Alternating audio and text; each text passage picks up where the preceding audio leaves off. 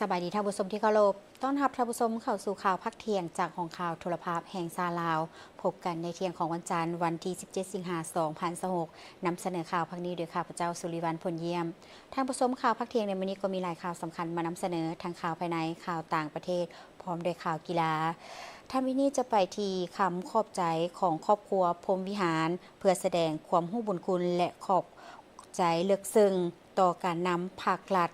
พร้อมทุกภาคส่วนที่ได้ให้กำลังใจและให้ความอบอุ่นแบ่งเบาความทุกข์โศกและให้การช่วยเหลือด้านต่างๆเฮ็ดให้งานสถาปนกิจระดับชาติและพิธีทำบุญถึงดวงวิญญาณของทานไสสมพรพรหมวิหารได้ดำเนินไปอย่างสมเกียรติและสำเร็จลุล่วงไปด้วยดี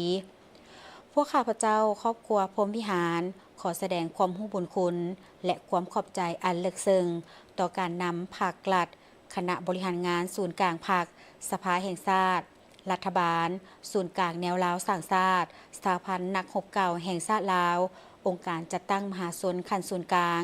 คณะรับผิดชอบสถาปนกิจระดับชาติบรรดาอนุกรรมการคณะพรรคองค์การปกครองท้องถิ่นตลอดฮอดพนักงานทหารตำรวจสาวหนุ่มเยาวชนและน้องนักเรียนการนำของประเทศเพื่อนมิตรคณะผู้แทนต่างประเทศทูตตานุทูตบรรดาองค์การจัดตั้งสากลเพื่อนมิตรสหายญาติพี่น้องทั้งอยู่ภายในและต่างประเทศที่ได้ให้กำลังใจให้ความอบอุ่นแบ่งเบาความทุกโศกและให้การช่วยเหลือด้านต่างๆเฮ็ดให้งานสถาปนกิจระดับชาติและพิธีทำบุญถึงดวงวิญญาณของทานไสสมพรพรหมวิหารได้ดำเนินไปอย่างสมเกียรติและสำเร็จลุล่วงไปด้วยดีพวกข้าพเจ้าขอจดจำและระลึกไว้ในความทรงจำของครอบครัวพรหมวิหารตลอดไปขออวยพรไสอันประเสริฐแด่บรรดาทานการนำอดีตการนำภาครัฐเพื่อนมิตรสหายทั้งภายในและต่างประเทศญาติพี่น้องทุกทานจงมีสุขภาพพลานามัยสมบูรณ์แข็งแรงมีความผาสุกและประสบผลสำเร็จในหน้าที่เวียกงานของบรรดาทานด้วยเถิดด้วยความรู้บุญคุณจากครอบครัวพรหมวิหารคณะนำขั้นสูงแขวงบ่อแก้วเดินทางเยี่ยมยามและพบปะกับหัวหน้าคณะผู้แทนสมาชิกสภาแห่งชาติแขวงเดียนเบียนแห่งสาธารณรัฐสังคมนิยมเวียดนามพร้อมแผนกการเกี่ยวข้องสองฝ่ายได้แลกเปลี่ยนคำคิดเห็นและตีราคาต่อมากผลการร่วมมือสองฝ่ายแขวงบ่อแก้วเดียนเบียนในโอกาสเดินทางเยี่ยมยามและเฮ็ดเวียกที่แขวงเดียนเบียนสาธารณรัฐสังคมนิยมเวียดนามสหายแป้นคำบุตรจันแพงกรรมการศูนย์กลางภาคเลขาคณะบริหารงานภาคแขวงประธานสภาประชาชนแขวงบ่อแก้วแห่งสาธารณรัฐสังคมนิยม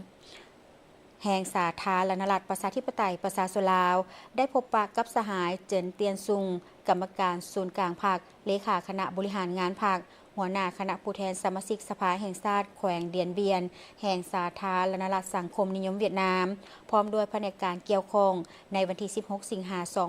2026 ที่ผ่านมาที่ห้องประชุมห้องว่าการแขวงเดียนเบียนสาธารณรัฐสังคมนิยมเวียดนามสองฝ่ายได้แลกเปลี่ยนคำคิดเห็นและตีราคาต่อมากผลการร่วมมือร่วมกันระหว่างสองแขวงบ่อแก้วเดียนเบียนในระยะผ่านมาโดยได้ตีราคาสูงต่อสายพัวพันมิตรภาพและการร่วมมือรอบด้านระหว่างสองประเทศลาวเวียดนามลาวก็คือบ่อแก้วเดียนเบียนสืบต่อได้รับการเพิ่มพูนคูณสร้างและพัฒนาเข้าสู่ล้วงลึกอย่างบ่หยุดยั้งในทุกขงเขตเวียกงานพร้อมทั้งสองฝ่ายได้เห็นดีสืบต่อเพิ่มทวีการร่วมมือกันอย่างใกล้ชิดในด้านต่างๆเช่นด้านการเมืองและการต่างประเทศเวียกงานป้องกันชาติป้องกันความสงบด้านการค้าการลงทุนและการเชื่อมโยงเศรษฐกิจด้านวัฒนธรรมสังคมและการศึกษาให้เป็นรูปธรรมและมีประสิทธิผลยิ่งขึ้นในโอกาสนี้สหายเจินเตียงซุงได้แสดงความโศกเศร้าเสียใจต่อการจากไปของสหายไสสมพรพรหมวิหารกรรมการกรมการเมืองศูนย์กลางภาคประธานสภาแห่งชาติแห่งสาธารณรัฐสังคมนิยมเวียดนาม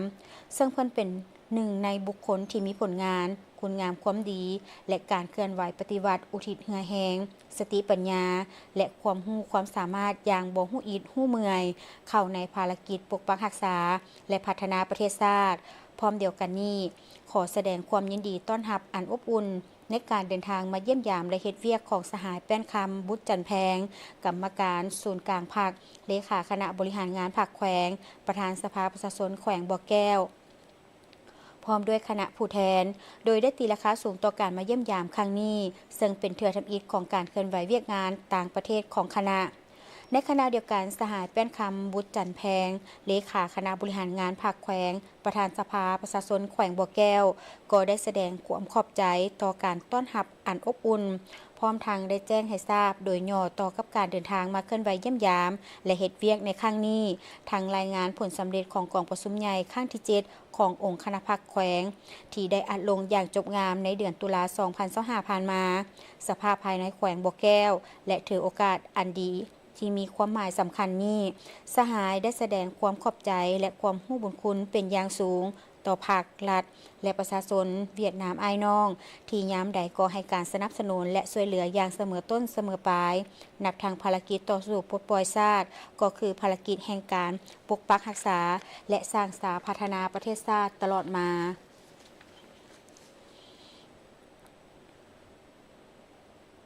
ทางผู้ชมในท้ายอาทิตย์ที่ผ่านมาสถานเอกอัครราชทูตแห่งสาธารณรัฐกูบาประจำสาธารณรัฐประชาธิปไตยประชาชนลาวได้จัดพิธีระลึกและเฉลิมฉลองครบรอบ100 ปีแห่งวันเกิดทานฟิเดลกาสโตรูสพิธีระลึกและเฉลิมฉลองครบรอบ100 ปีแห่งวันเกิดทานฟิเดลกาสโตรูสเข้าร่วมมีทานเจริญเยียเปาเฮอประธานสมาคมมิตรภาพลาวกูบาพร้อมด้วยบรรดาผู้แทนสมาชิกสมาคมมิตรสหายและเพื่อนร่วมอุดมการณ์ในโอกาสนี้ทานนางเอฟวาเอทีเวนอัมเดเอกอัครราชทูตแห่งสาธารณรัฐกูบาประจำลาวได้ขึ้นกล่าวปราศัยโดยเน้นว่าการจัดงานครั้งนี้บ่แม่นเพียงระลึกถึงบุคคลสำคัญของกูบาแต่เป็นการสืบต่อทบทวนมรดกแนวคิดและบทเรียนของทานฟิเดลสำหรับการต่อสู้ในปัจจุบันและอนาคตโดยทานทูตกูบาได้ยกให้เห็นบทเรียนอันสำคัญเกี่ยวกับการปกป้องอธิปไตยอย่างเด็ดขาดการรักษาหลักการสากลนิยมและความสามัคคีกับประชาชนประเทศอื่นพร้อมกันนั้นทานยังสะท้อนถึงแนวคิดของทานฟิเดลเกี่ยวกับการต่อสู้เพื่อระบบเศรษฐกิจที่เป็นธรรมการพัฒนาการต้านความเสมอภาพและการปกป้องสันติภาพตามคำปราศัยกูบากำลังเผชิญกับความยุ่งยากจากสภาพการปิดล้อมของทางเศรษฐกิจและการขาดแคลนบางด้านแต่ประชาชนกูบายังคงยืนยันจิตใจบ่ยอมจำนนและสืบต่อค้นหาวิธีการแก้ไขอย่างสร้างสรรค์โดยกูบาได้พัฒนาวัคซีนของตนเองส่งเสริมกสิกรรมในตัวเมืองและพัฒนาบุคลากรผ่านการศึกษาสำหรับสายพัวพันกูบาทานเอฟบาเอทีเวนอัมเดกาวาความสามัคคีของสองประเทศบ่แม่นเพียงท่าทีทางการทูตแต่เป็นพันธะร่วมที่สร้างขึ้นจากการต่อสู้และการสนับสนุนกันอย่างยาวนานกูบาได้ร่วมมือกับลาวในหลายแขนงการเช่นสาธารณสุขการศึกษากีฬาและกสิกรรมบรรดาทานหมอกูบาได้ปฏิบัติงานอยู่เขตห่างไกลของลาวและสาวหนุ่มลาวจำนวนหลายได้ไปศึกษาอยู่กูบาทานนางเอฟบาเอวิเวนอัมเดเนนวาครบรอบ100 ปีวันเกิดของทานฟิเดลบ่แม่นจุดสิ้นสุดแต่เป็นจุดเริ่มต้นในการสืบต่อสานต่อมรดกของทานประกาศยืนยันความมั่นหมายว่ากูบาและลาวจะร่วมกันอย่างใกล้ชิดเพื่อสันติภาพอธิปไตยและโลกที่เป็นธรรม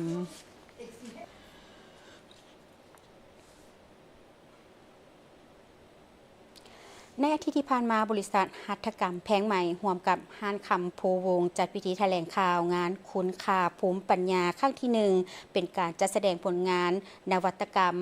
และสินค้าภูมิปัญญาลาวที่มีคุณภาพสูงจากทั่วประเทศมีการสาธิตขั้นตอนวิธีการผลิตแบบดั้งเดิมที่หาชมได้ยาก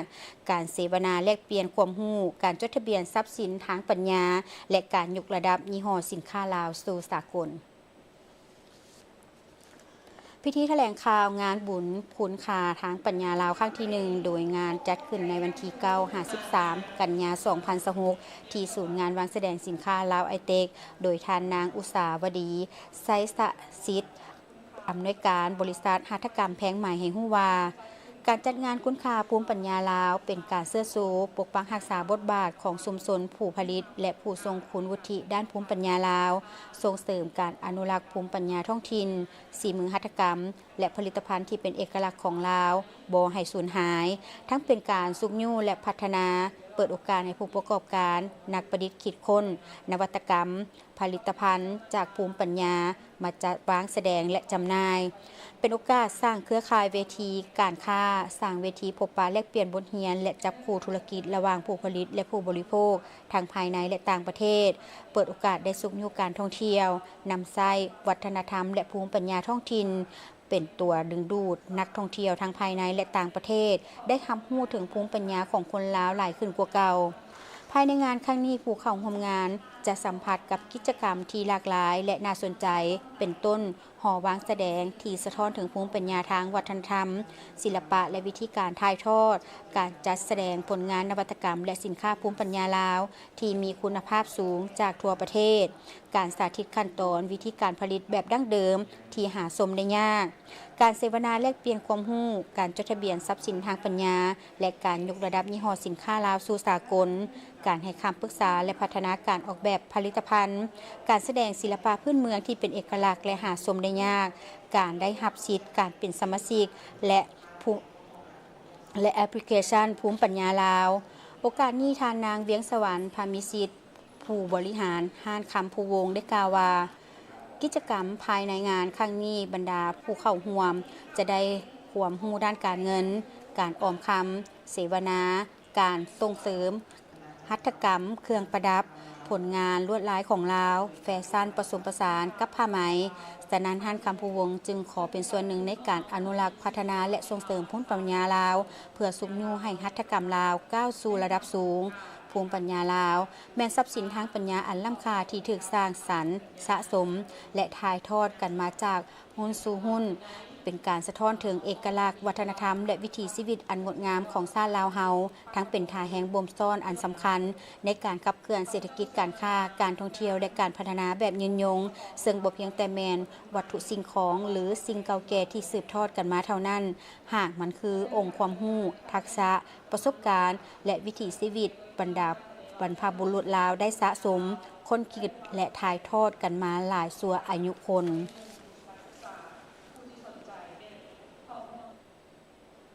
ในระหว่างวันที่ 14-15 สิงหาคม 2026 แผนกคุ้มครองราคาสินค้าและบริการ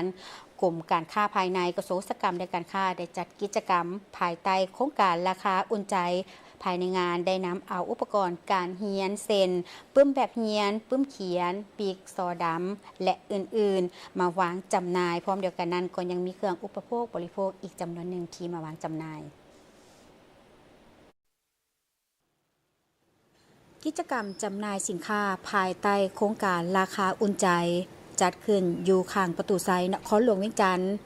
ภายในงานครั้งนี้ได้นำเอาสินค้าประเภทอุปกรณ์การเรียนคือปึ้มแบบเรียนปึ้มเขียนบิ๊กซอดำอย่างลึบไม้บรรทัดเครื่องแบบนักเรียนและสินค้าประเภทเครื่องอุปโภคบริโภคคือมีสำเร็จรูปแป้งนัวน้ำปลาซีอิ๊วและอื่นๆมาจำหน่ายในราคานโยบายภายใต้โครงการราคาอุ่นใจหรือราคาหลุดท้องตลาดงานในครั้งนี้มีพ่อแม่ผู้ปกครองน้องนักเรียนและประชาชนชาวนครหลวงเวียงจันทน์ได้เข้ามาซื้อขายเป็นจำนวนหลวงหลายและมีบรรยากาศที่ฟดฟื้นงานกิจกรรมดังกล่าวตัวนี้เนาะแม่นเฮาจัดภายใต้โครงการราคาอุ่นใจที่ว่าเป็นโครงการริเริ่มเนาะของกรมการค้าภายในหรือว่าของกระทรวงอุตสาหกรรมการค้าเฮาเนาะซึ่งจุดประสงค์ในการจัดตัวนี้แม่นอยากเพื่อแบ่งเบาภาระค่าใช้จ่ายของพ่อแม่พี่น้องเนาะในการเรื่องการซื้อเครื่องอุปกรณ์ศึกษาเนาะในสุขเฮียนใหม่ที่จะเปิดมานี่หั่นซึ่งอยู่ในงานก็จะมีบรรดาห้างค้าต่างๆเนาะที่เอาบรรดาอุปกรณ์การศึกษาบ่มีเครื่องนักเรียนบ่มีเกิบมีกระเป๋ารวมทั้งอุปกรณ์ IT เนาะและนอกนั้นก็ยังมีพวกสินค้าอุปโภคบริโภคบางจำนวนเนาะและนอกนั้นเฮายังมีจุดบริจาคเขาเอิ้นว่าส่งต่อเครื่องมือสองให้น้องๆอยู่เขตทางไกลซอกลีกการจัดกิจกรรมในครั้งนี้เพื่อช่วยแบ่งเบาค่าใช้จ่ายของพ่อแม่ประชาชนและครอบครัวผู้ที่มีรายรับต่ ปานกลางให้สามารถซื้ออุปกรณ์การศึกษาเครื่องแบบนักเรียนและสินค้าอุปโภคบริโภคที่มีคุณภาพได้มาตรฐานในราคาที่เป็นธรรมสร้างกลไกการแจกจ่ายสินค้าการศึกษาให้ทั่วถึงและสร้างความสมดุลระหว่างการตอบสนองและความต้องการในท้องตลาดบ่ให้เกิดการขาดแคลนสินค้าทั้งเป็นส่วนหนึ่งในการซุกยูให้เด็กน้อยก็คือเยาวชนของชาติได้มีอุปกรณ์การเรียนที่เพียงพอลดพรอัตราการปะละการเรียนย้อนความยุ่งยากทางด้านการเงินเคียงคู่กันนั่นเป็นการส่งเสริมการร่วมมือและสร้างการพัวพันระหว่างภาครัฐและผู้ประกอบการให้แน่นแฟ้นขึ้นตืมท่านผู้ชมจากนี้จะพากันก่อนหลังจากกลับมายังมีสถานการณ์ข่าวต่างประเทศพร้อมด้วยข่าวกีฬามานำเสนอ